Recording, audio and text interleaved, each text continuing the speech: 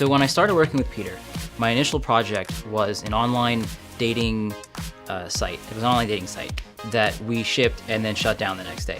And then we shipped a game the day the App Store opened called OpenFeint.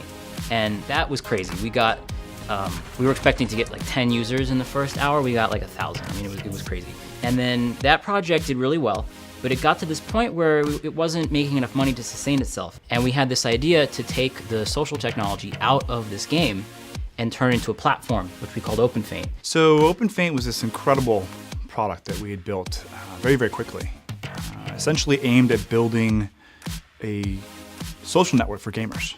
What happened at a certain point in OpenFeint's lifetime was we saw that we were scaling at a rate that we couldn't really sustain without new capital. And all of a sudden, out of nowhere, we had an offer to buy the company. We had this opportunity that kind of came out of nowhere of an acquirer who we thought was a really good fit to potentially go with. So once the decision to sell OpenFeint was made, that's sort of entering my sweet spot, actually getting a deal done. It's all about me helping the founder get through the transaction.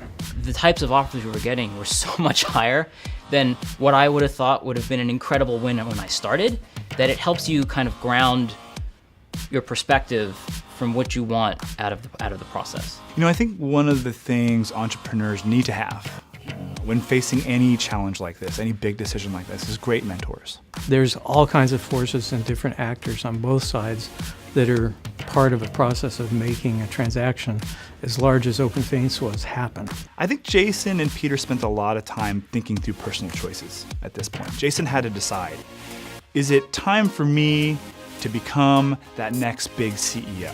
One thing that's not usually obvious to entrepreneurs is that when you sell your company, you're trading something. For me, it was very bittersweet to actually go through that process because I really, really loved OpenFeint. You're selling your company, you're gonna get some money, you're gonna get some fame and recognition because that's what's hot in Silicon Valley, but you're giving up control and the ability to drive your baby and guide its growth into the future. It made the decision really clear for me that we should take the offer to sell.